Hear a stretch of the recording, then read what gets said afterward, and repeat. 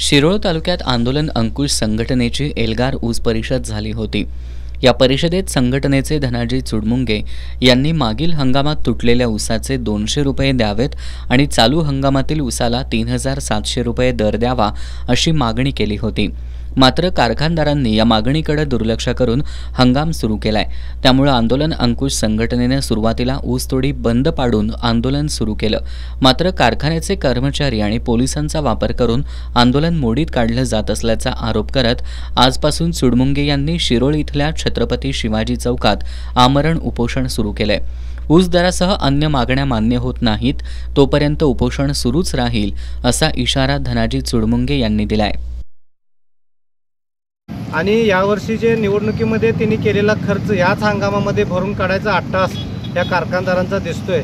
आणि त्यामुळे गेल्या वर्षी केंद्र सरकारनं 250 रुपये FRP मध्ये वाढ करून सुद्धा या कारखान्याने फक्त 40-50 रुपये वाढ करून शेतकऱ्यांची फसगत केलेली आहे। आणि आता 3100-3200 रुपयाच्या दरामध्ये शेती परवडत नाही, ऊस शेती परवडत नाही आणि यावर्षी पण शेतकरी तोट्यात जाण्याचा संभव आहे। आणि अशा प्रकारे सातत्यानं जर शेतकऱ्यांच्यावर अन्याय करायचं कारखानदारांची भूमिका असेल तर ही निषेधार्थ आहे। म्हणून आम्ही आता इथं आमरण उपोषणला बसलेला आहे आणि आम्ही या कारखानदारांच्याकडे मागणी केलेली आहे की मागच्या हंगामातलं 200 रुपये आणि चालूला 3700 रुपये मिळावं, ही आमची मागणी आहे आणि या मागणीसाठी आम्ही आता इथं उपोषणला बसलेलो आहे। शेतकऱ्यांनी ऊसतोड घेऊ नये, संघटना ऊस वाहतूक करू देणार नाही असा इशाराही त्यांनी दिलाय।